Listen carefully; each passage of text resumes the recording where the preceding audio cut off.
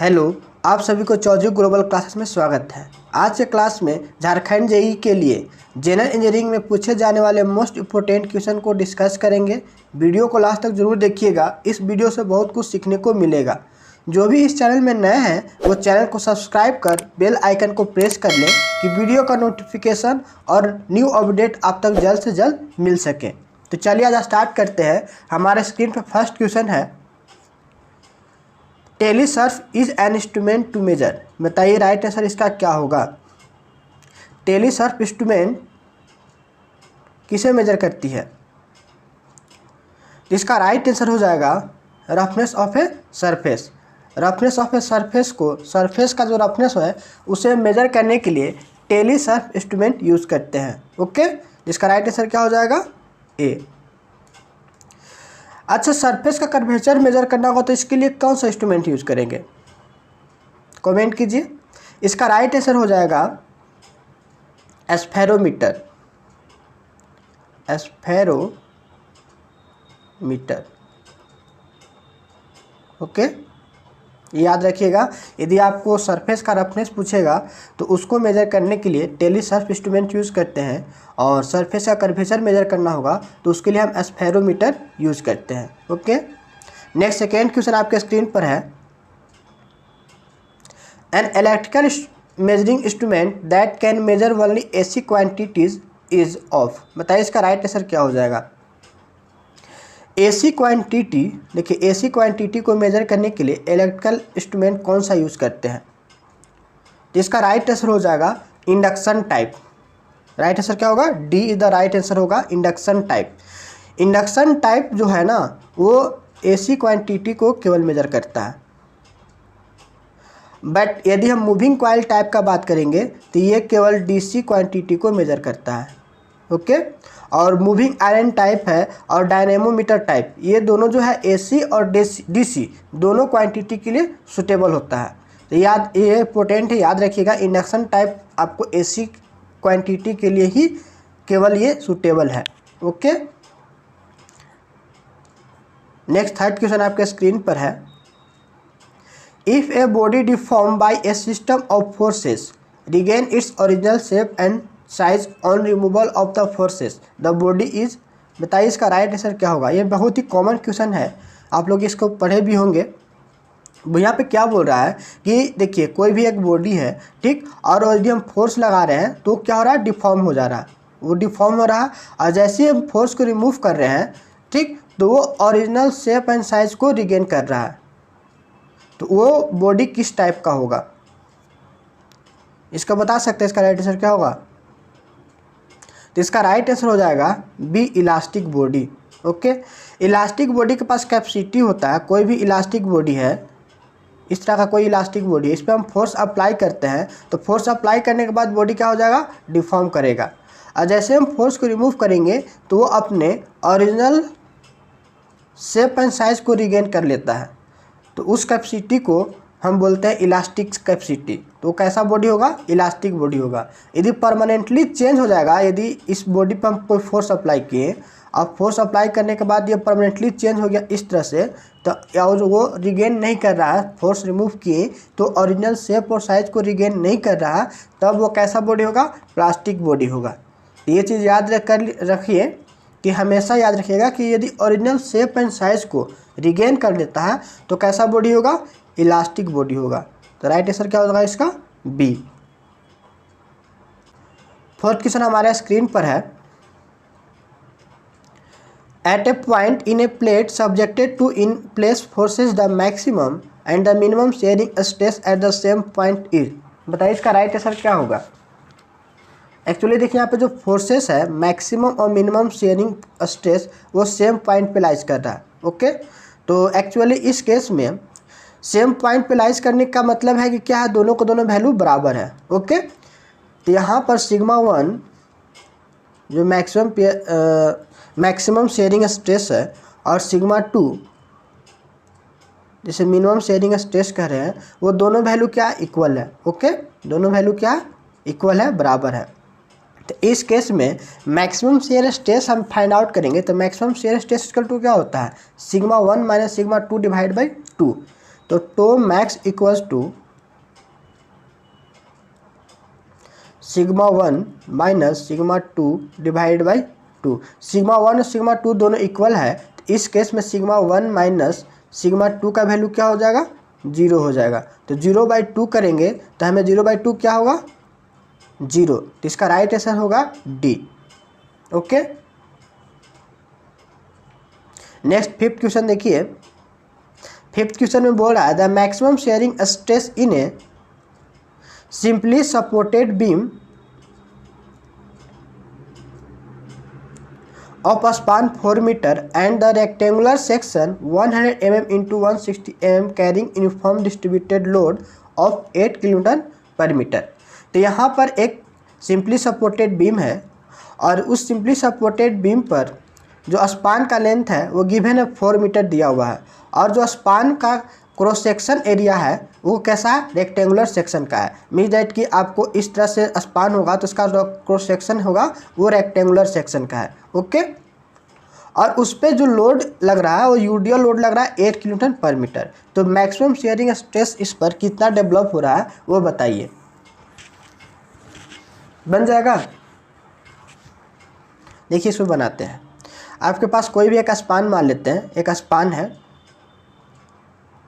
इस तरह का एक स्पान है, और ये हमारा कैसा सिंपली सपोर्टेड बीम है।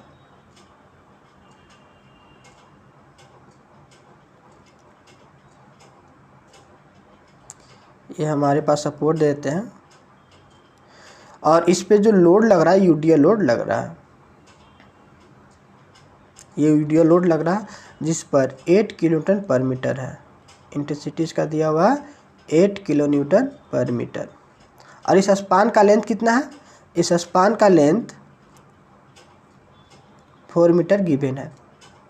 और ये जो सेक्शन दिख रहा है आपको, ये जो सेक्शन है ये कैसा सेक्शन है, रेक्टेंगुलर सेक्शन है, जिसका आपको डायमेंशन दिया हुआ 100 mm इंटू 160 mm। एक्चुअली इस तरह का 3D में दिखेगा, तो पीछे साइड में जो होगा सेक्शन वो रेक्टेंगुलर सेक्शन होगा। ओके, तो सबसे पहले हम क्या करेंगे, सपोर्ट पे रिएक्शन फाइंड आउट कर लेंगे। तो इसका रिएक्शन कितना हो जाएगा, तो रिएक्शन 8 चौके टोटल लोड निकालिएगा तो 8 है और ये 4 है, तो 8 चौके 32 हो जाएगा। तो ये साइमेट्रिकल फॉर्म में है, तो इसे हम दो पार्ट में बांटेंगे, तो 16 इंटू 16 16 में दो पार्ट में बैठेगा, तो रिएक्शन कितना हो जाएगा, R1 और R2 यदि बात करेंगे तो इस पर हमारा 16 किलोन्यूटन रिएक्शन आएगा और इस पर हमारा 16 किलोन्यूटन रिएक्शन आएगा। तो 16 किलोन्यूटन आपका क्या हो गया, रिएक्शन इस पर आ गया। ओके, ये कैसे आया समझे ना, ये 8 और 4 को मल्टीप्लाई कर दिए तो 8 और 4 हमारा हो गया 32, और 32 को हम दो पार्ट में बांट दिए तो 16 हमारा रिएक्शन डेवलप हो गया सपोर्ट पर। अब आपको मैक्सिमम शेयर फोर्स तो पता चल गया, ये जो है 16 किलोन्यूटन क्या हो गया, फोर्स हो गया। तो मैक्सिमम शेयर फोर्स आपको मिल गया 16 किलोन्यूटन। और एरिया प्रो सेक्शन यहाँ पे गिवन है 100 mm इंटू 160 mm। तो हम क्या करेंगे, यहाँ से एवरेज शेयर स्ट्रेस निकाल लेंगे। तो टो एवरेज इक्वल टू क्या होगा, तो to average equals to F/A, ये फोर्स पर यूनिट एरिया। तो फोर्स हमारा यहाँ पे कितना है, 16 किलो न्यूटन। तो 16 किलो न्यूटन को हम न्यूटन में कन्वर्ट करेंगे तो 1000 से मल्टीप्लाई कर देंगे। ओके, डिवाइड बाई इसका एरिया कितना हो जाएगा, तो 100 mm इंटू, ये देखिए ये जो दिया हुआ गिवन ये एरिया होगा, तो 100 mm इंटू 160 mm। इसे सॉल्व कीजिएगा तो मिलेगा 1 न्यूटन पर mm स्क्वायर। ओके, तो ये जो मिला ये क्या मिला हमें, ये हमें मिल गया एवरेज शेयर स्ट्रेस। क्या मिला, एवरेज शेयर स्ट्रेस। बट यहाँ पर पूछ क्या रहा है, यहाँ पे पूछ रहा है मैक्सिमम शेयर स्ट्रेस। तो रेक्टेंगुलर सेक्शन के केस में maximum shear stress equal to होता है 1.5 into two average.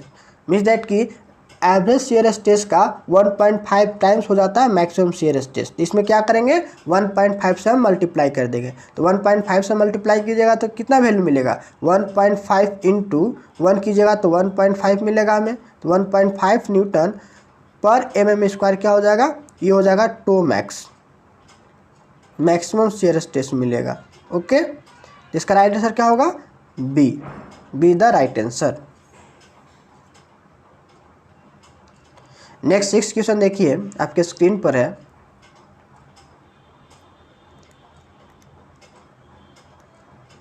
The number of independent equation of equilibrium of a body subjected to a system of coplanar forces is.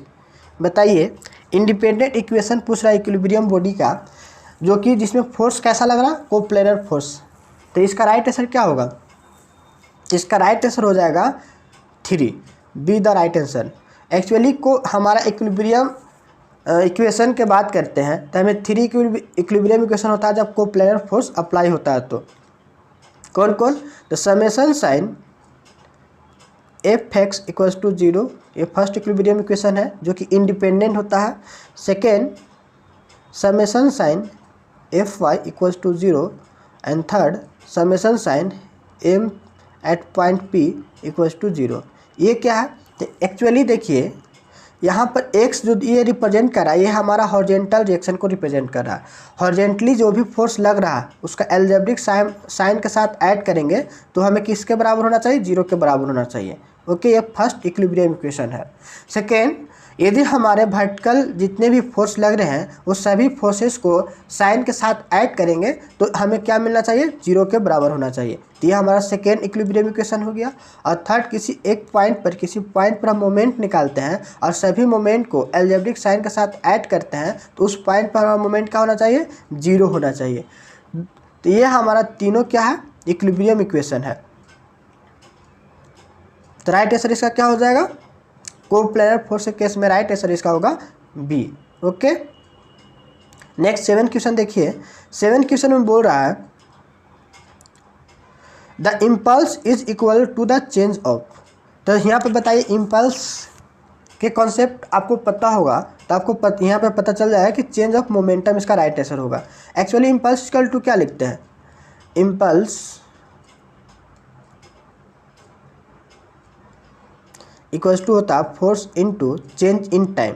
Force into change in time, ये आपको तो पता होगा, ये 12th class में भी पढ़े हैं। और फोर्स इक्वल टू हम लिख सकते हैं change in momentum. Force equals to क्या लिख सकते हैं? Change in momentum divide by change in time. Okay, into change in time, ये हम नीचे लिख रहे हैं। तो ये फोर्स का हम वैल्यू लिख दिए, change in momentum divide by change in time. तो यहाँ पर चेंज इन टाइम और यहाँ पर चेंज इन टाइम दोनों कैंसिल हो जाएगा तो बचेगा क्या आपको? Change in momentum. तो इम्पल्स इक्वल्स टू क्या हो जाएगा? Change in momentum. तो राइट आंसर इसका क्या होगा? Change of momentum. तो C the right answer, C is the right answer, change of momentum. तो इम्पल्स का एक इम्पल्स इक्वल्स टू हो गया आपको change of momentum. Next 8 question आपके स्क्रीन पर है। Kilowatt is a unit of. बताइए किलोवाट किसका यूनिट है? देखिए एक्चुअली यहाँ पर ऑप्शन ए है एनर्जी, बी है फोर्स, सी है वर्क। तो एनर्जी का यूनिट क्या होता है? जूल। हम एनर्जी को मेजर करते हैं तो जूल में हम मेजर करते हैं। फोर्स को मेजर करते हैं न्यूटन में और वर्क को भी मेजर करते हैं हम जूल में। तो यहाँ पर आपको तीनों ऑप्शन राइट नहीं है, तो इसका राइट आंसर क्या हो जाएगा? D, none of this. Actually power जो होता है, पावर को हम मेजर करते हैं वाट में। किस में मेजर करते हैं? वाट में। तो यहाँ पे किलो वाट है तो इसका यह किसे मेजर कर रहा है? पावर को। एक्चुअली वाट का यूनिट हम डिफाइन करें तो जूल पर सेकेंड होता है और जूल पर सेकेंड यहाँ पे गिवन नहीं है। तो यहाँ पर राइट आंसर क्या हो जाएगा? पावर। तो पावर यहाँ पर गिवन नहीं है तो इसका राइट आंसर डी हो जाएगा, none of this. Next 9 question.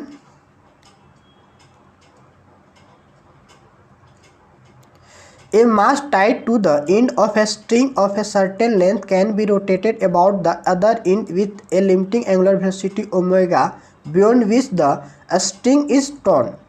If the length of the string is double, the limiting angular velocity will be। देखिए यहाँ पे क्या कह रहा है, इससे पहले समझिए। एक्चुअली एक हमारे पास क्या है? मास है, कोई भी एक मास बॉडी है और इसके साथ एक स्ट्रिंग अटैच है। ओके, और इसे हम रोटेट कर रहे हैं। इसे हम क्या कर रहे हैं? रोटेट कर रहे हैं ओमेगा वेलोसिटी से। एंगुलर वेलोसिटी यहाँ पे दिया हुआ है, देखिए एंगुलर वेलोसिटी ओमेगा गिवन है। इससे हम क्या कर रहे हैं? एक मास है और ये स्ट्रिंग है और इससे हम क्या करें? रोटेट कर रहे हैं। ठीक, अब सेकेंड हमें मास सेम ही है, मास हमारा सेम है। ओके, लेकिन इसमें जो लेंथ है, लेंथ जो है वो क्या हो जा रहा है, ये लेंथ हमारा डबल हो जा रहा है। यहाँ पे बोल रहा है कि स्ट्रिंग हमारा सेम है, लेंथ मास हमारा सेम है बट लेंथ ऑफ स्ट्रिंग है वो डबल हो जा रहा है। यहाँ पे लेंथ हमारा क्या हो गया, इक्वल डबल हो गया। तो इस केस में एंगुलर वेलोसिटी कितना होगा, बताइए लिमिटिंग एंगुलर वेलोसिटी कितना होगा। तो हम मान लेते हैं कि इस केस में हमारा लेंथ इसका r है और मास m दोनों का सेम है, और यहाँ पर जो लेंथ है वो 2r हो गया। तो इस केस में ओमेगा है, तो इसके केस में मान लेते हैं ओमेगा डैश। ओके, यहाँ तक कोई प्रॉब्लम नहीं है। तो यहाँ पर यदि हम इस मास को रोटेट करें तो हमें कैसा फोर्स डेवलप हो रहा है, सेंट्रीपिटल फोर्स डेवलप होगा। तो सेंट्रीपिटल फोर्स इक्वल टू क्या होता है, Fc इक्वल टू होता है mv square divide by r, और v इक्वल टू v और ओमेगा के बीच रिलेशनशिप होता है v equal to omega into R. v equal to क्या होता है, ओमेगा इंटू आर। तो इस केस में सेंट्रीपिटल फोर्स तो दोनों को बराबर होगा, Fc और Fc डैश दोनों हमारा इक्वल होगा। तो यहाँ पर सेंट्रीपिटल फोर्स क्या हो जाएगा, तो यहाँ पर हम यदि इसे कन्वर्ट करते हैं m v के जगह लिखते हैं ओमेगा इंटू आर का whole square divide by R, तो हमें क्या मिलेगा, m omega into omega square into R, ये मिल जाएगा। क्योंकि ओमेगा आर को यदि स्क्वायर कीजिएगा तो omega square into R square मिलेगा, और आर आर कैंसिल कीजिएगा तो एक आर बचेगा। तो यहाँ पे मिलेगा आपको m omega square into R. यहाँ तक कोई दिक्कत नहीं है। तो यहाँ पर हम वैल्यू पुट करते हैं, तो यहाँ पर लिखेंगे m omega square into R, और F dash C equal to क्या लिखेंगे, तो यहाँ पर ओमेगा डैश है, मास तो सेम ही है, तो मास सेम है तो m लिखेंगे इंटू ओमेगा डैश का स्क्वायर, ओमेगा डैश का स्क्वायर इंटू यहाँ पर r कितना है, तो r यहाँ पर 2 टाइम्स है, दुगना है, तो दुगना है तो 2r लिखेंगे, तो 2r यहाँ पे लिखेंगे। ओके, यहाँ तक कोई दिक्कत नहीं है। m कैंसिल हो जाता है, तो यहाँ से हम क्या करेंगे, ओमेगा डैश का वैल्यू निकालना ना जी। यहाँ पे पूछ रहा है limiting angular velocity second case में क्या होगा, तो ओमेगा डैश को निकालना है। तो omega dash equals to solve कीजिएगा तो आपको मिल जाएगा, इस साइड r2r आ जाएगा, तो r divide by 2r। Okay, यहाँ तक कोई दिक्कत नहीं ना है। और ओमेगा स्क्वायर को हम इस साइड ले आते हैं, तो ये ओमेगा स्क्वायर हो जाएगा ओमेगा डैश का स्क्वायर। बस इसे अरेंज कर दिया। ओमेगा डैश देखिए यहाँ पर ओमेगा डैश है, तो इसको इसी साइड रख दिए, 2r को इधर ले गए, तो omega square r divide by 2r हो गया। तो यहाँ से r कैंसिल हो जाएगा, ये r कैंसिल कर दिए, तो मिलेगा क्या हमें, ओमेगा स्क्वायर डिवाइड बाई 2। तो यहाँ से ओमेगा स्क्वायर को कैंसिल कीजिएगा तो आपको मिल जाएगा omega dash equals to omega divide by √2। तो ये आपका राइट आंसर हो जाएगा। ओमेगा डैश इक्वल्स टू हो गया ओमेगा डिवाइड बाई √2। तो इस ऑप्शन में कहीं तो दिख नहीं रहा हमें, इस ऑप्शन में ओमेगा बाई 2 है, यहाँ पर √2 ओमेगा है, यहाँ पर ओमेगा √2 है, तो इसका यहाँ पर ओमेगा बाई √2 कहीं पे गिवन नहीं है। तो इसका राइट आंसर क्या हो जाएगा, डी द राइट आंसर। यहाँ पर राइट आंसर क्या हो जाएगा, डी। ओके, ये डी जो है वो राइट आंसर होगा, none of this. Next 10th question देखिए।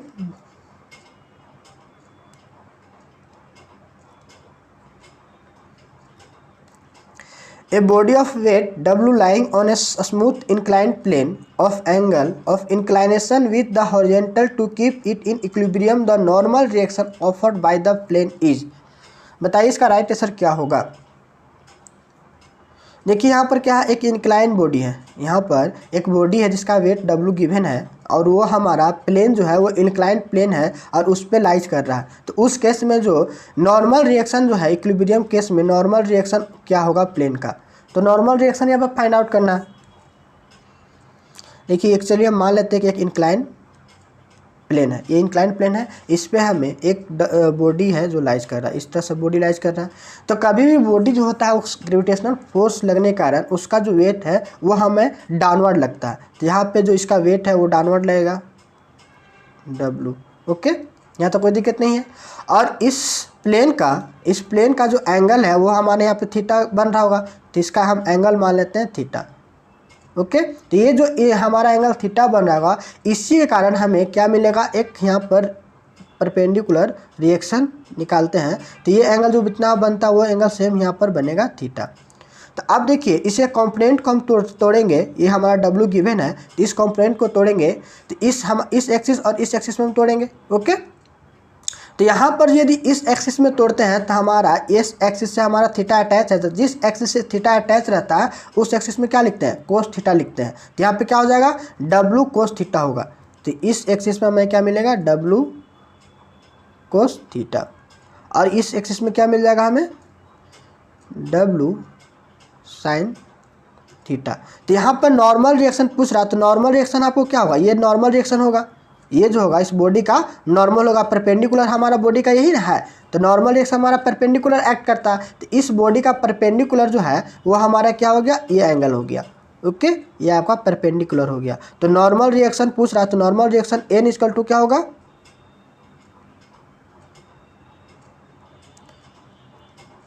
एक मिनट, ये प्लेन हो गया, इस बॉडी का वेट W हो गया,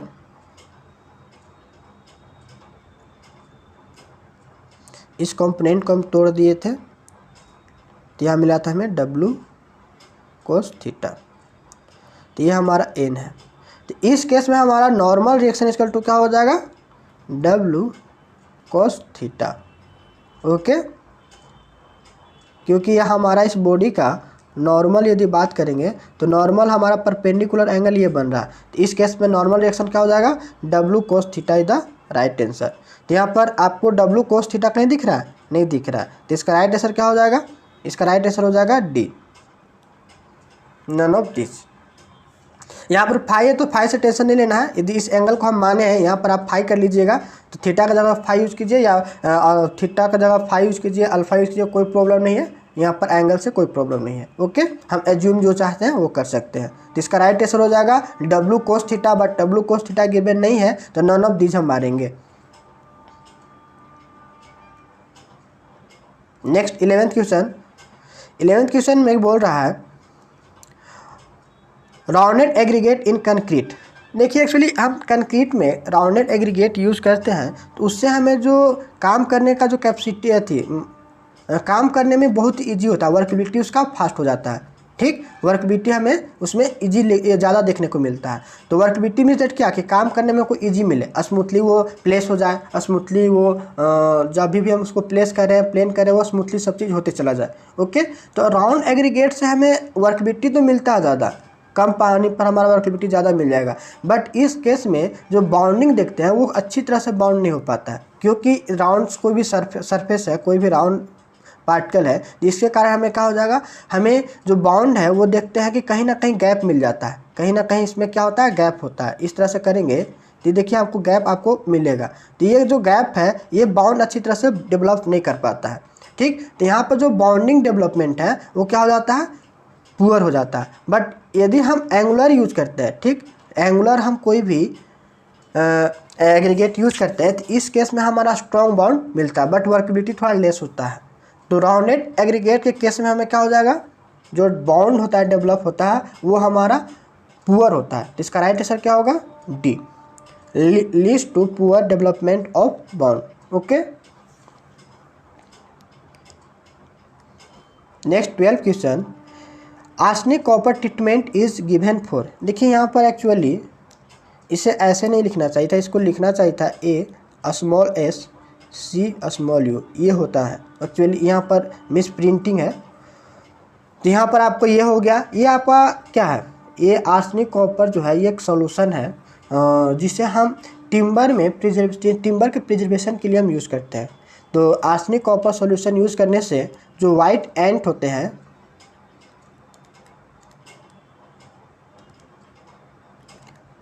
वाइट एंट जो होते हैं उससे क्या करता है, बचाता है टिम्बर को। वाइट एंट से आर्सेनिक कॉपर जो है वो हमारा बचाता है टिम्बर को। ठीक, तो यहाँ पर राइट आंसर क्या हो जाएगा, राइट आंसर हो जाएगा B, preservation of timber. Okay, तो राइट आंसर इसका बी होगा।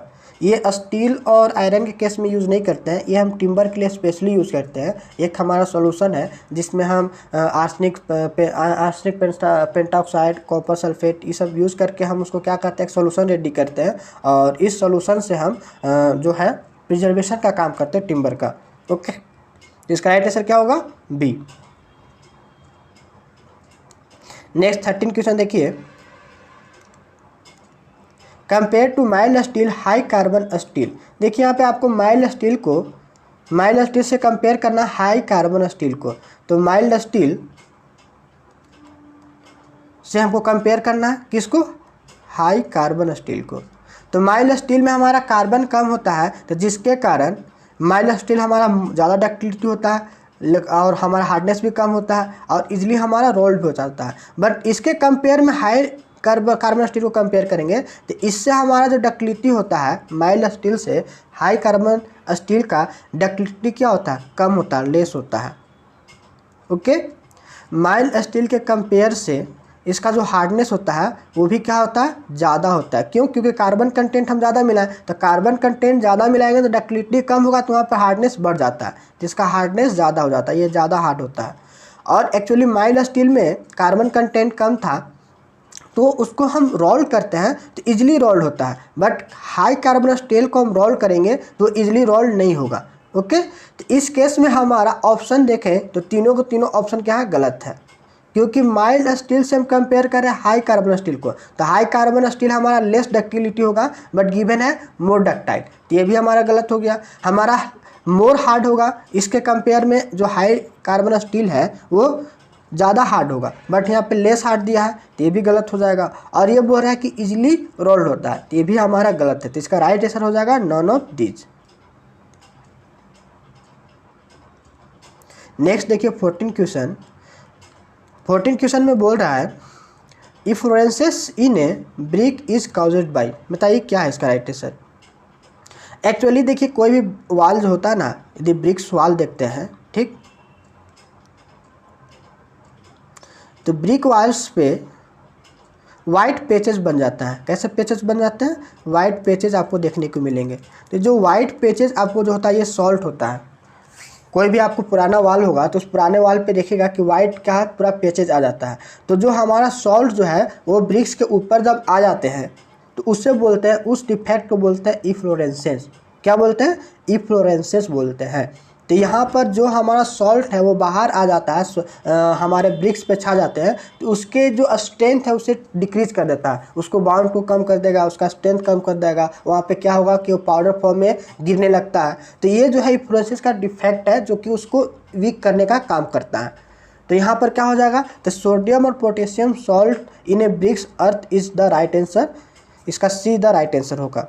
ओके, इन्फ्लुएंसेस आपको सॉल्ट जो है वो बाहर निकल जाता है, वो पेचेस बन जाता है, वाइट पेचेस, किस पर, वाल पर, ब्रिक्स वाल पर वो वाइट पेचेस हो जाता है। तो उस डिफेक्ट को बोलते हैं इन्फ्लुएंसेस डिफेक्ट। तो इसका सीधा राइट आंसर होगा।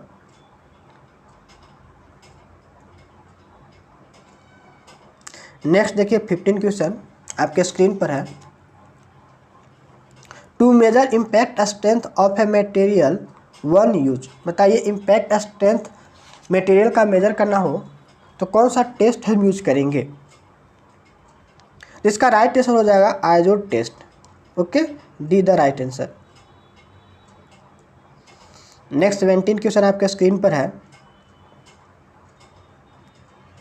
रेंजिंग मीन्स बताइए कि रेंजिंग मीन्स क्या होता है। ये एक्चुअली सर्वे का क्वेश्चन है, सिविल का सर्वेइंग पढ़िएगा तो उस केस में कोई भी दो पॉइंट है, ठीक, कोई भी दो पॉइंट है और इस दो पॉइंट के एक स्ट्रेट लाइन है। इस स्ट्रेट लाइन पर हम इंटरमीडिएट पॉइंट को क्या करना चाहते हैं, स्टेबल करना चाहते हैं। तो इंटरमीडिएट पॉइंट को स्टेबल करने के लिए हम दो रेंजिंग रोड को यूज़ करते हैं और इससे हम रेंज करते हैं, ठीक, और ये इंटरमीडिएट पॉइंट को एस्टेब्लिश करते हैं। तो इसी को हम बोलते हैं रेंजिंग। ओके, इस प्रोसेस का, इसको हम क्या बोलेंगे, रेंजिंग। तो यहाँ पर राइट आंसर क्या हो जाएगा, established intermediate point on a straight line between two end point.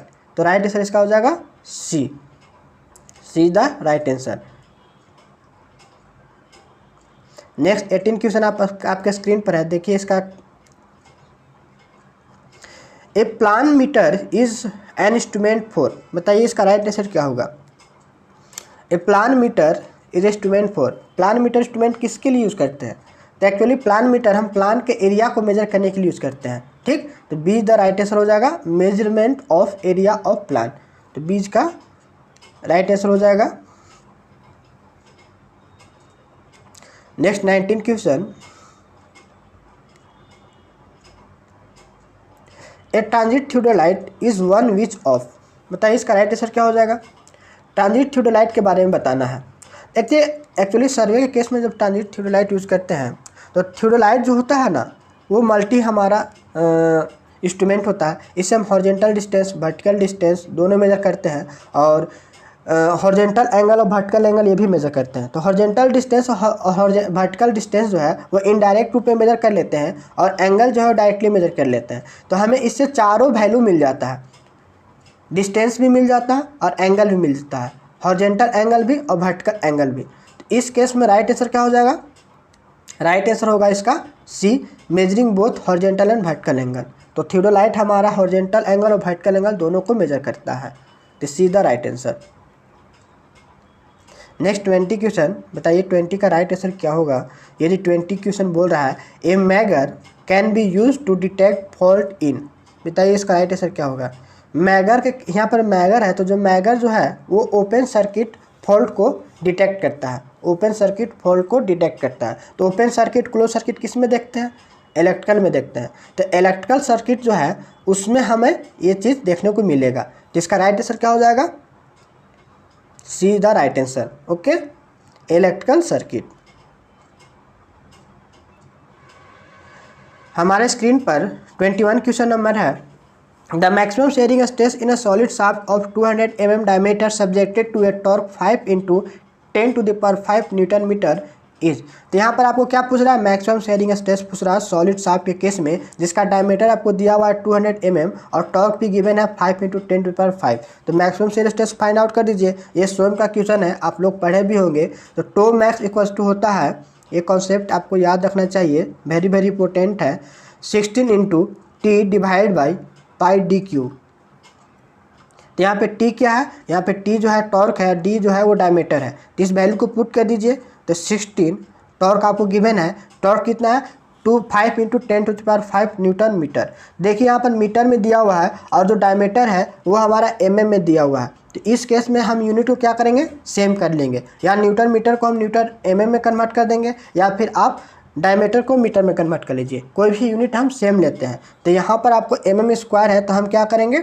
हम जो टॉर्क है उससे हम कन्वर्ट कर लेते हैं mm में। तो यहाँ पे लिख सकते हैं हम 5 × 10⁵ इंटू मीटर को mm में कन्वर्ट कीजिएगा तो 10⁻³ से हम क्या करेंगे? मल्टीप्लाई कर देंगे, divide by pi × D Q. D यहाँ पर कितना है? 200, इसका क्यूब कर लीजिए। इसे सॉल्व कीजिएगा तो आपको मिलेगा 1000 डिवाइड बाई पाई, ओके। तो ऑप्शन में देखिए 100 न्यूटन मीटर पर mm² है, 200 है, 2000 डिवाइड बाई 7 है। इसे सॉल्व कीजिएगा तो 1000 डिवाइड बाई 3.14, ठीक।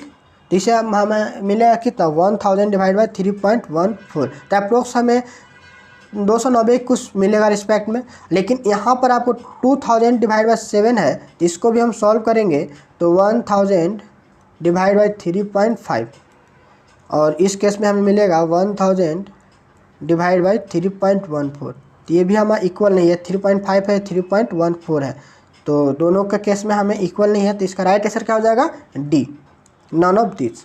यहाँ पर ऑप्शन नहीं मैच कर रहा तो हम डी द राइट आंसर हो जाएगा, नॉन ऑफ दिस, ओके। तो यहाँ पर आप क्या कीजिएगा?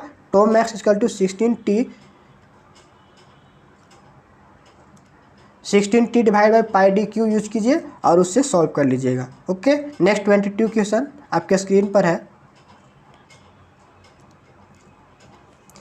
If the line action of load on a beam do not pass through the shear centre the beam is subjected to, बताइए इसका राइट आंसर क्या होगा?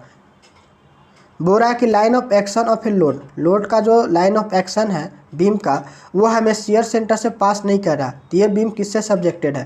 तो इसका राइट आंसर हो जाएगा डी, ट्विस्टिंग से। जब भी हमारा कोई भी बीम होगा उस बीम में हम ट्विस्ट करेंगे तो हमें क्या डेवलप होगा? शियर स्ट्रेस डेवलप होगा। तो यहाँ पर जो यहाँ पर शियर सेंटर का बात कर रहा है तो किससे रिलेटेड है? ट्विस्टिंग से। तो इसका राइट आंसर हो जाएगा डी। नेक्स्ट 23rd क्वेश्चन आपके स्क्रीन पर है। The momentum of inertia of a beam section about a principal axis is.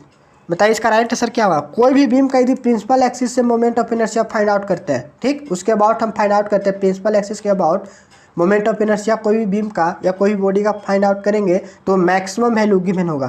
क्या होगा, मैक्सिमम वैल्यू देता है। तो राइट आंसर क्या होगा इसका, ए। नेक्स्ट 24th क्वेश्चन आपके स्क्रीन पर है। The strain energy in an elastic column of solid circular section of diameter d carrying a given load at the top is u. If the column section is tubular with external diameter d and internal diameter d by 2, the strain energy is। बताइए इसका right answer क्या होगा। देखिए यहाँ पर क्या है कि हमारा सॉलिड सर्कुलर सेक्शन का कॉलम है, ओके, और इसका स्ट्रेन एनर्जी कितना है, गिवन है u। इसका स्ट्रेन एनर्जी गिवन दिया हुआ u। अब यही सेम हमारा इस कॉलम का सेक्शन को क्या करते हैं, चेंज करते हैं, ट्यूबुलर में कन्वर्ट करते हैं, मीन्स दैट कि हॉलो कर देते हैं, ठीक। तो इस केस में एक्सटर्नल डायमीटर कैप दिया हुआ है d और इंटरनल डायमीटर दिया हुआ है d/2। तो इस केस में स्ट्रेन एनर्जी पूछ रहा है कि इसके कंपेयर में स्ट्रेन एनर्जी का कितना होगा। आपको लोड जो है और लेंथ एरिया सब आपका क्या है, बराबर है। यहाँ पर एरिया चेंज हो जाएगा क्योंकि डायमीटर चेंज हो रहा है तो एरिया चेंज हो जाएगा, ओके। तो स्ट्रेन एनर्जी इक्वल टू होता क्या है, इस कॉन्सेप्ट का स्ट्रेन एनर्जी इक्वल टू होता है, आप स्ट्रेन एनर्जी का कॉन्सेप्ट पढ़े होंगे, तो यू इक्वल टू होता है 1/2 into PL² divide by AE। ये आपने सोम में पढ़ा होगा।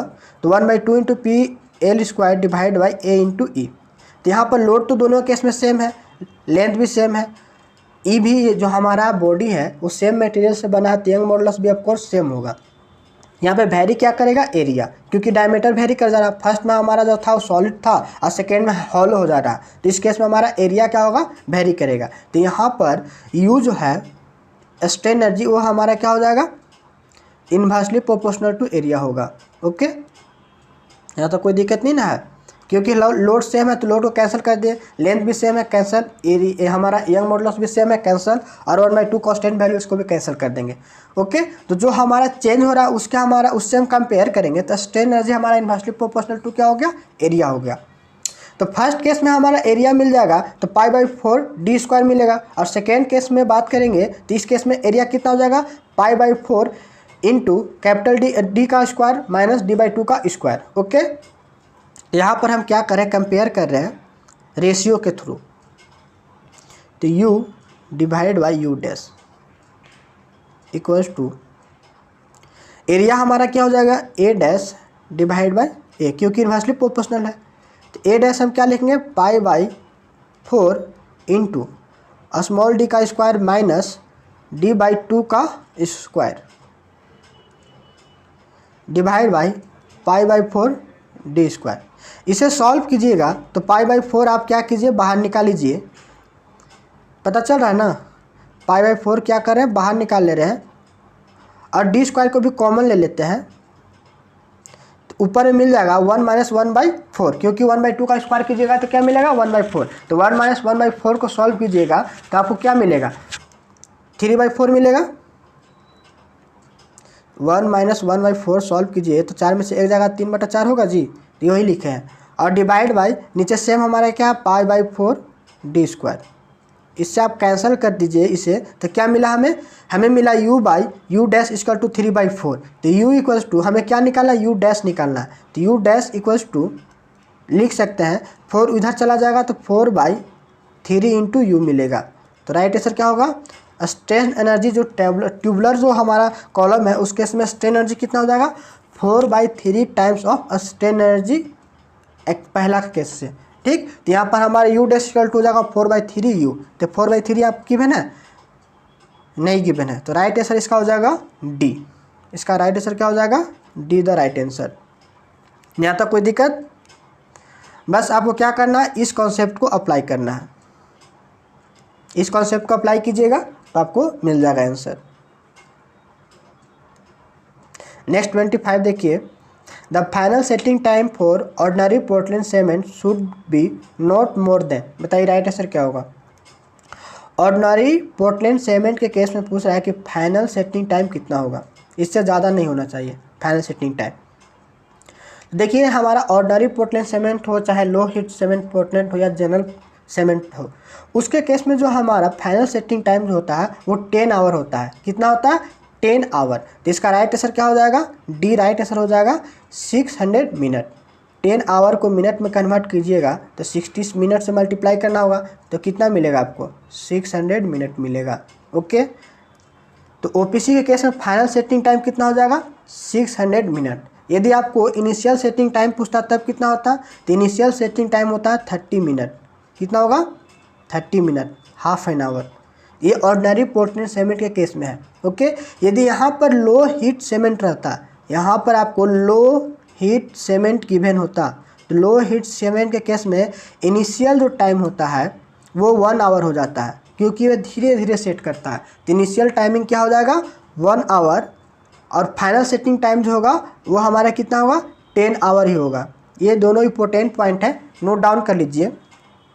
एक केस और याद कीजिए, क्विक सेटिंग, क्विक सीमेंट। ठीक, तो क्विक सीमेंट के केस में इनिशियल जो टाइमिंग होता है वो 5 मिनट होता है। क्विक सीमेंट क्या होता है? बहुत ही जल्दी क्या करता है? सेट करता है। ठीक, तो क्विक सीमेंट के केस में इनिशियल जो टाइमिंग होता है वो 5 मिनट लेते हैं, और final setting half an hour 30 minute. ये दो इंपॉर्टेंट है, इसे भी नोट कर लीजिए। क्विक सीमेंट के केस में इनिशियल टाइम 5 मिनट और final setting time 30 minute. Low heat cement case में इनिशियल टाइमिंग 1 आवर और फाइनल सेटिंग टाइम 10 आवर। और ऑर्डिनरी पोर्टलैंड सीमेंट केस में इनिशियल टाइमिंग 30 मिनट और final setting time 10 hour. 10 hour को minute में convert कीजिएगा तो 600 मिनट मिलेगा। तो इसका राइट आंसर हो जाएगा डी, क्योंकि ऑर्डिनरी पोर्टलैंड सीमेंट दिया हुआ है। Next 26, assumptions made in driving Bernoulli's equation are, बताइए बर्नौलिस इक्वेशन केस में क्या क्या एज्यूम करते हैं। बर्नौलिस इक्वेशन के केस में जो हमारा मेनली जो होता है 4 होता है इक्वेशन, बता रहे हैं आपको। एक स्टडी फ्लो लेते हैं, इनकम्प्रेसिबल होना चाहिए, आइडियल फ्लो होना चाहिए। तो आइडियल नॉन विस्कस फ्लो हो गया, मीन दैट कि आइडियल फ्लो होगा। ओके, और हमारा इरोटेशनल फ्लो होगा। तो इस केस में देखा जाए तो स्टेडी फ्लो, नॉन विस्कस, ये भी सही आंसर है। Steady, uniform, uniform incompressible, steady flow and ideal flow. तो मैक्सिमम मिलाकर हमें आंसर सबका सही लग रहा है, बट हम यहाँ पर एप्रोप्रिएट आंसर बात करेंगे तो हमें राइट आंसर हो जाएगा D, steady flow and ideal flow. Okay, तो यहाँ पर राइट आंसर आप मान लीजिएगा D. Next 27 question, the entropy of real isolated system, बताइए रियल आइसोलेटेड सिस्टम का इंट्रोपी क्या होता है? इंक्रीज करता है, डिक्रीज होता है, या रिमेन सेम रहता है? जल्दी से कमेंट में बताइए इसका आंसर। तो इसका राइट आंसर हो जाएगा ए, इंक्रीज करता है। ठीक, राइट आंसर क्या होगा? ए, इंक्रीज करेगा। नेक्स्ट 28 आपके स्क्रीन पर है, बताइए इसका राइट आंसर क्या होगा। Steam power plant normally use, steam power plant को नॉर्मली हम कहाँ यूज़ करते हैं? तो इसका राइट आंसर हो जाएगा ए, रैंकिन साइकिल। किस में यूज़ करेंगे? Rankine cycle. बी इसका राइट आंसर होगा। ओके, स्टीम पावर प्लांट को नॉर्मली हम रैंकिन साइकिल में यूज करते हैं, तो यहाँ पर B the right answer. Next 29 question है, नेक्स्ट 29 क्वेश्चन है, in a diesel cycle heat addition take place, बताइए क्या होगा। डीजल साइकिल केस में जो हीट एडिशन लेते हैं वह हम किस केस में होता है? कांस्टेंट वॉल्यूम केस में, या अंडर कांस्टेंट प्रेशर केस में, या अंडर कांस्टेंट टेम्परेचर केस में?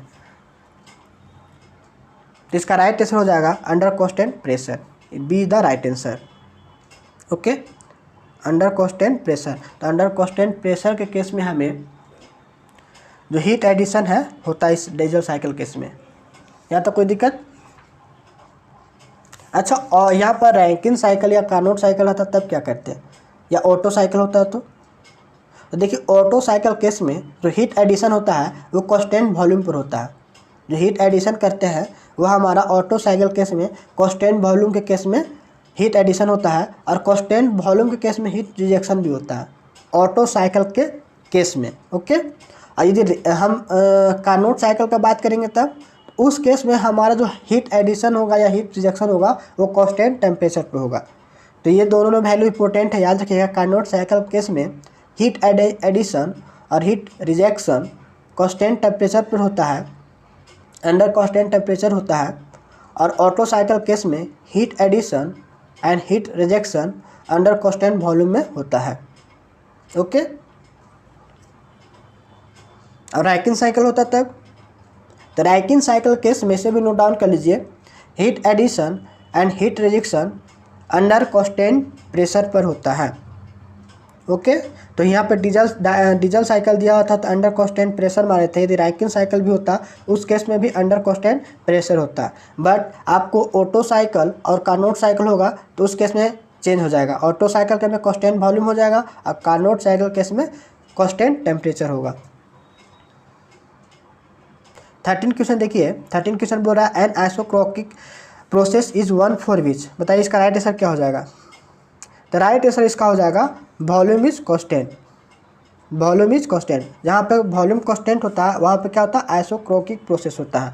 ओके, यदि हमारा प्रेशर कांस्टेंट होता तब उस केस में हमें मिल जाता आइसोबारिक, क्या उसको बोलते हैं, isobaric.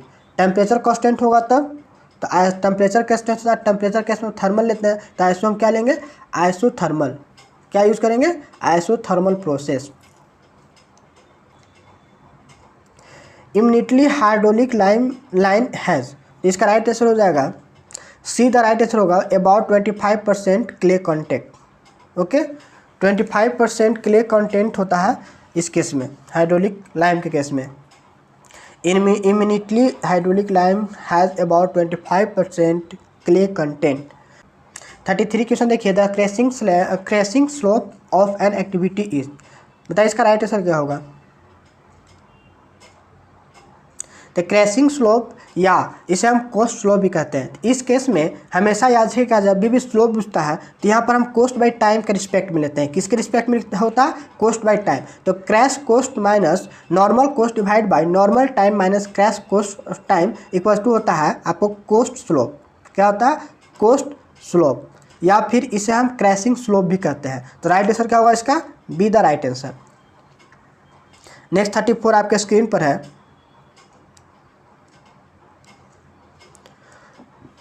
100 metre cube of brickwork sand cement mortar requirement is about, बताइए 100 मीटर क्यूब ब्रिक वर्क कर रहे हैं तो उस केस में जो हमारा सैंड और सीमेंट का जो मोटार होगा वो कितना जा होगा। तो देखिए एक्चुअली इसके बनाने के लिए पहले आपको मोटार को थोड़ा समझना होगा। कोई भी हमारा ब्रिक होता है, ठीक, तो कोई भी ब्रिक का डायमेंशन कितना होता है, इसका नॉर्मल डायमेंशन देखते हैं तो ये हमारा होता है 19 इंटू 9 इंटू 9 सेंटीमीटर, ये हमारा स्टैंडर्ड आपका डायमेंशन हो गया ब्रिक वर्क का। लेकिन जैसे हम इस पर मोटार यूज़ करते हैं तो मोटार का जो लैप है वो लैप इस पर हमारा लगेगा चारों तरफ, तो इससे हमारा 1 सेंटीमीटर बढ़ जाता है। तब उसका शेप हमारा डायमेंशन हो जाता है 20 इंटू 10 सेंटीमीटर।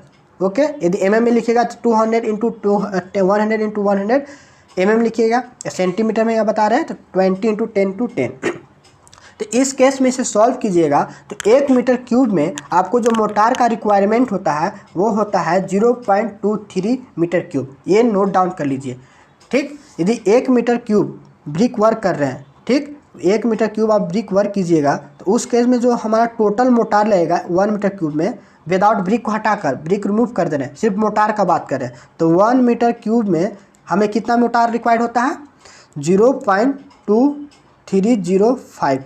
ये आपका हो गया, इतना मीटर क्यूब हम मोटार यूज करते हैं 1 मीटर क्यूब में। ओके, तो 1 मीटर क्यूब का आपको निकल गया। आप क्या कीजिएगा, ये हमारा मोटार है, अब इसे हम क्या करेंगे, हम इसे सॉलिड फॉर्म में कन्वर्ट करेंगे क्योंकि हमें सैंड और सीमेंट का वैल्यू पूछ रहा है। मोटार में सैंड और सीमेंट का रिक्वायरमेंट पूछ रहा है तो हम सैंड और सीमेंट जो होता है वो हम सॉलिड फॉर्म में मिलाते हैं। तो ड्राई फॉर्म में मिलाने के लिए इसका जो ड्राई वॉल्यूम जो होता है वो क्या होता है, ज़्यादा होता है। मीटर क्यूब होगा। ओके 1 मीटर क्यूब में 0.23 मीटर क्यूब आपको मोटार लेगा। इसको ड्राइव फॉर्म में कन्वर्ट कीजिएगा तो किससे मल्टीप्लाई करना होगा, तो ड्राइव जो हमारा होगा वो हमारा वेट का 1.5 टाइम होगा। कितना होगा 1.5 टाइम, तो 1.5 गुना हो जाएगा, तो इससे हम 1.5 से मल्टीप्लाई कर देंगे। तो 0.23 इंटू 1.5 कीजिएगा तो कितना मिल जाएगा आपको। इसे सॉल्व करने के बाद आपको मिलेगा 0.347 मीटर क्यूब। तो ये आपको ड्राइव फॉर्म मिल गया। तो ड्राइव फॉर्म में क्या मिलाएंगे, सैंड और सीमेंट को मिलाएंगे। ओके तो ड्राइव फॉर्म में हम मिला दिए। ये आपका है 1.5, तो 0.23 को 1.5 से मल्टीप्लाई किए तो 0.347 आपको ड्राइव फॉर्म मिल गया। तो ड्राइव फॉर्म में आपको सैंड और सीमेंट मिल गया। तो ये हमारा 1 मीटर क्यूब में 0.347 मीटर क्यूब सैंड और सीमेंट लग रहा है। तो यहाँ पे पूछ क्या रहा है 100 मीटर क्यूब का, तो 100 से मल्टीप्लाई कर देंगे। तो 100 मीटर क्यूब का पूछ रहा है, तो 100 से मल्टीप्लाई करेंगे तो क्या मिलेगा 34.7 मीटर क्यूब। तो सीमेंट और सैंड जो मिला रहे हैं वो कितना है 34.7 मीटर क्यूब है। तो इसका राइट अप्रॉक्स वैल्यू यहाँ पर मेरे लिखेंगे तो कितना हो जाएगा 35। तो राइट आंसर क्या होगा ए 35 मीटर क्यूब। ओके यहाँ तो कोई दिक्कत नहीं ना है। आपको यहाँ पर एक कॉन्सेप्ट है, इस कॉन्सेप्ट को याद रखना है आपको कि जब भी ड्राइव हमारा वेट जो हमारा मोटार होता है, मोटार केस का बात बोल रहे हैं, वेट मोटार होता है उसका यदि हम ड्राई मोटार में कन्वर्ट करते हैं तो 1.5 से मल्टीप्लाई करते हैं, क्योंकि जो ड्राई का हमारा केस जो होता है उसका वॉल्यूम ज़्यादा होता है और वेट के केस में हमारा वॉल्यूम कम होता है। तो ड्राई के हमारा 1.5 टाइम वेट से होता है। ओके तो ड्राई के केस में हम ड्राई कन्वर्ट करने के लिए क्या किया, हम उसको 1.5 से वेट में मल्टीप्लाई कर दिए। तो यहाँ से आपको हमारा क्या मिल गया 0.347 ड्राई हमारा मिल गया क्वांटिटी, और उससे हम 100 मीटर क्यूब का निकाल रहे हैं तो 100 से मल्टीप्लाई कर दिए तो 35 मीटर क्यूब हमें रिक्वायरमेंट हो गया सीमेंट और सैंड का। हमारे स्क्रीन पर 35 क्वेश्चन नंबर है। In construction project statically timing of completion is assume to have. देखिए एक्चुअली CPM पार्ट का क्वेश्चन है, तो इसका राइट आंसर हो जाएगा डी बीटा डिस्ट्रीब्यूशन। ये अभी सिलेबस से रिमूव कर दिया गया है, सिलेबस में नहीं है तो ज़्यादा इंपॉर्टेंट नहीं है। 36 आपके स्क्रीन पर है।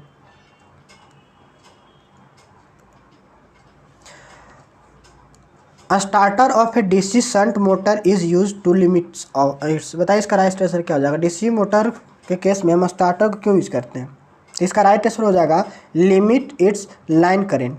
राइट आंसर क्या हो जाएगा A the right answer. Line current को लिमिट्स के लिए हम यूज़ करते हैं, तो स्टार्टर हम क्यों यूज़ करते हैं limit its line current, A the right answer. 37 देखिए 37 है to remove turbidity from a water sample the unit process adopted is. बताइए टर्बिडिटी को आपको वाटर में टर्बिडिटी को रिमूव करना है तो आप कौन सा प्रोसेस एडॉप्ट कीजिएगा, तो राइट आंसर हो जाएगा कोगुलेशन एंड फल्कुलेशन। तो C the right answer.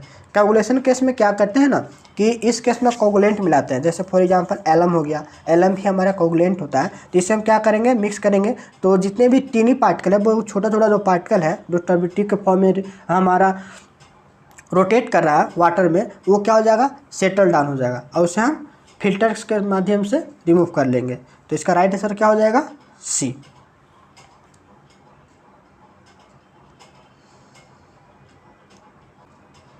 Thirty 38 question हमारे स्क्रीन पर है। During water purification chlorine solution use for. बताइए क्लोरीन सॉल्यूशन क्यों यूज़ करते हैं, तो क्लोरीन सॉल्यूशन जो यूज़ करते हैं बैक्टीरिया को मारने के लिए यूज़ करते हैं, तो किलिंग द बैक्टीरिया। तो इसका राइट आंसर क्या हो जाएगा बी। एक्चुअली क्लोरीन जो होता है ना इसमें हमारा रेसिडुअल प्रॉपर्टीज होता है। रेसिडुअल प्रॉपर्टीज मीन्स दैट कि आपको जो हम जिस समय हमको पानी को प्यूरिफाई करना उस समय मिला है तो वहाँ पर बैक्टीरिया को किल कर दिया, बट उसमें कुछ क्लोरीन क्या होगा बचा रहेगा, और यदि हम किसी पाइप के थ्रू सप्लाई करते हैं तो बीच में कोई बैक्टीरिया मिलता है तो उससे भी क्या करेगा किल कर देगा। तो हम एट ए टाइम तो किल किया ही और बाद में भी वो किल करने का काम करता है उसका, तो जो हमारा बाद में वो किल करने का काम करा वो कैसा है रेसिडुअल प्रॉपर्टीज है। तो इसका राइट आंसर क्या हो जाएगा B killing the bacteria. Next 39 question आपके स्क्रीन पर है। BOD is a measure of. तो बीओडी जो होता है वो किसे मेजर करता है ऑर्गेनिक पॉल्यूशन को मेजर करता है। तो राइट आंसर क्या होगा डी। नेक्स्ट 40 क्वेश्चन आपके स्क्रीन पर है। In atmosphere under normal condition it is observe that which increase in altitude. बताइए इसका राइट आंसर क्या होगा। देखिए हमारे स्फेयर कैसा है, तो हम नॉर्मल कंडीशन का बात करें मतलब कि ट्रोपोस्फेयर का बात करें, हमारा ट्रोपोस्फेयर होता है, उसके बाद स्ट्रेटोस्फेयर होता है। तो ट्रोपोस्फेयर के केस में हमें यदि लैटिट्यूड इंक्रीज करेगा तो इस केस में हमारा टेम्परेचर भी डिक्रीज करता है और विंड वेलोसिटी भी क्या होता है, डिक्रीज करता है। तो राइट आंसर क्या होगा, ए है द राइट आंसर। बट यदि हम स्ट्रेटोस्फेयर की बात करेंगे, ट्रोपोस्फेयर से जस्ट ऊपर जाएंगे, तो उस केस में क्या हो जाएगा, टेम्परेचर इंक्रीज करेगा। ओके, तो यहाँ पर हमारा डिक्रीज करता है ट्रोपोस्फेयर केस में अंडर नॉर्मल कंडीशन में। तो यहाँ पर राइट आंसर हो जाएगा ए। 41 आपके स्क्रीन पर है, ship foot roller is used for. बताइए शिप फुट रोलर हम किस में यूज़ करेंगे। तो शिप फुट जो रोलर है वो कॉम्पैक्शन के लिए यूज़ करते हैं। जब अर्थन एम्बैंकमेंट होता है ना, तो अर्थन एम्बैंकमेंट को कॉम्पैक्ट करने के लिए हम शिप फुट रोलर यूज़ करते हैं। तो राइट आंसर क्या हो जाएगा, B, compaction of earthen embankment. Next 42 question, Stanton number is the ratio of. बताइए इसका राइट आंसर क्या होगा। Stanton number is the ratio of, तो इसका राइट आंसर हो जाएगा Nusselt number divide by Peclet number. Okay, जब भी बात करेंगे तो किसका रेशियो होता है, तो इसका राइट आंसर सी हो जाएगा, Nusselt number divide bye पेसलेट number. सीधा right answer. Next 43 question, electrical energy for heat transfer coefficient is. बताइए इसका राइट आंसर क्या होगा। इसका राइट आंसर हो जाएगा यूनिट कंडक्टेंस। ओके, सीधा राइट आंसर। 43 का आपका हो जाएगा यूनिट कंडक्टेंस। नेक्स्ट 44 देखिए आपके स्क्रीन पर है, for a steady flow of an incompressible fluid through a pipe the critical Reynolds number is. बताइए फ्लूइड हमारा एक क्या है, स्टेडी फ्लो हो रहा है, ठीक, एक ऐसा फ्लूइड है, इनकम्प्रेसिबल फ्लूइड है और ये पाइप के थ्रू हमारा फ्लो कर रहा है, तो इसका रेनॉल्ड्स नंबर क्या होगा। तो हमारा स्टेडी फ्लो है तो ऑफकोर्स ये हमारा कैसा है, तो ये लीनियर फ्लो ही कर रहा है, तो इस केस में हमारा रेनॉल्ड्स नंबर जो होगा वो लेस देन 2000 होता है। ओके, तो राइट आंसर क्या होगा इसका, 2000। तो यहाँ पे क्रिटिकल के केस में पूछ रहा था, क्रिटिकल केस में हमारा क्या हो जाएगा, 2000 रेनॉल्ड्स नंबर। ओके, हमारे स्क्रीन में 45 क्वेश्चन नंबर है, for a vertical plane surface kept immerse in a liquid the centre of pressure lies. बताइए इसका राइट आंसर क्या होगा। वर्टिकल प्लेन सरफेस के केस में हमारा जो लिक्विड इमर्ज हो रहा है, तो सेंटर ऑफ प्रेशर लाइज किससे, सेंटर ऑफ सरफेस से कंपेयर में बिलो होगा या एबव होगा या उसी पॉइंट पर होगा। तो सेंटर ऑफ द सरफेस से हमारा जो सेंटर ऑफ प्रेशर का वैल्यू होता है वो ज़्यादा होता है, मोर होता है। क्यों, क्योंकि इसमें ऐड करते हैं, सेंटर ऑफ प्रेशर निकालते हैं, तो centre of C G plus height of C G plus I C divide by A S bar into sine square theta करते हैं। एक्चुअली हम हाइट ऑफ सेंटर प्रेशर लिखेंगे तो height of C G plus moment of inertia at C G point divide by area into H bar into sine square theta, ये हम use करते हैं। तो देखिए ये आपका इससे कंपेयर करना, ये तो वैल्यू इस पे यदि ये और ये दोनों इक्वल आता तब वो एक ही पॉइंट पे लाइज करता, बट इसके कंपेयर में हमारा ये वैल्यू क्या हो रहा है, एक्स्ट्रा हो रहा है। तो एक्स्ट्रा हो रहा मतलब कि ज़्यादा हो रहा है, तो लिक्विड केस में हमारा जो ज़्यादा वैल्यू रहेगा वो ज़्यादा डाउनवर्ड जाएगा। तो यहाँ पर क्या होगा, आपको सी जी से always center pressure below lies करेगा। ओके, तो इसका राइट आंसर हो जाएगा A, below the centroid of the surface. तो इसका राइट आंसर हो जाएगा A. Next 46 question, with usually notation the expression for specific speed of a hydraulic mechanic machine based on power is given by. बताइए इसका right answer क्या होगा। तो right answer इसका हो जाएगा, यदि आपको स्पेसिफिक यहाँ पे क्या पूछ रहा है, स्पेसिफिक स्पीड ना पूछ रहा, तो specific speed N S equal to हो जाता है N into root under P divide by H के पावर पाई बाई 4। तो राइट आंसर क्या हो जाएगा इसका, B the right answer. Actually sorry B ना होगा, हाँ यहाँ पे देखिए एन इंटू पी के पावर 1/2 डिवाइड बाई एच के पावर पाई बाई 4 है। ओके, तो राइट आंसर क्या होगा इसका, बी द राइट आंसर। 46 का B the right answer. Okay, next 47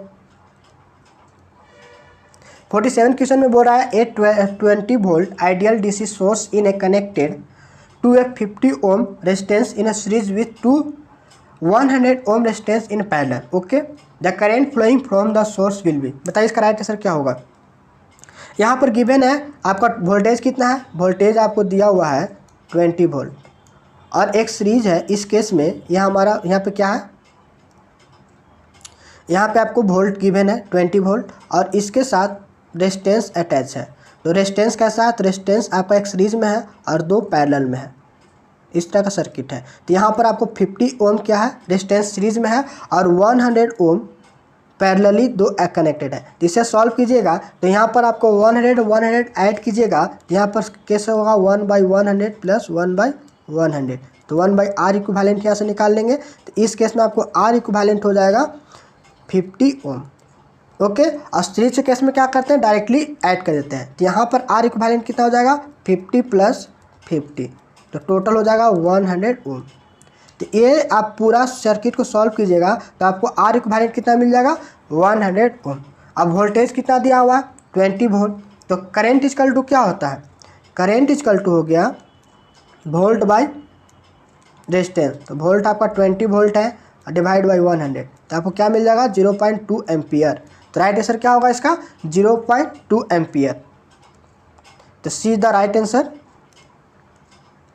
okay, 0.2 ampere. Next 41 question देखिए आपके स्क्रीन पर है। For sinusoidal voltage RMS value is, बताइए इसका राइट आंसर क्या होगा। यहाँ पर आपको आरएमएस वैल्यू पूछ रहा है वोल्टेज केस में, तो V R M S equal to क्या होता है, V R M S equal to concept आप पढ़े हुए तो मीन वेलोसिटी डिवाइड बाई √2 होता है। और इसे एक और फॉर्म में लिख सकते हैं 0.707 वी मीन 1/√2 को आप सॉल्व कीजिएगा तो मिलेगा 0.707। तो इसका राइट आंसर क्या होगा यहाँ पर B the right answer. Okay, 0.707 times the maximum value. Okay, next 49। A common emitter amplifier is used for, बताइए राइट आंसर क्या होगा। कॉमन एमिटर एम्पलीफायर किसके लिए यूज करते हैं, तो इसका राइट आंसर हो जाएगा वोल्टेज एम्पलीफिकेशन। क्या होगा, ए द राइट आंसर हो जाएगा वोल्टेज एम्पलीफिकेशन। नेक्स्ट 50 क्वेश्चन आपके स्क्रीन पर है। The efficiency of a single phase 2 winding transformer is maximum the copper loss is, बताइए राइट आंसर क्या हो जाएगा। सिंगल फेज है, okay, 2 winding transformer is maximum the copper loss is equal to the iron loss. इसका right answer हो जाएगा B right answer equal to the iron loss. आज के लिए इतना ही, फिर मिलते हैं नेक्स्ट वीडियो में। वीडियो अच्छी लगी हो तो लाइक कीजिए, सब्सक्राइब कीजिए इस चैनल को और ज़्यादा से ज़्यादा अपने दोस्तों को भी शेयर कीजिए। थैंक यू, जय हिंद।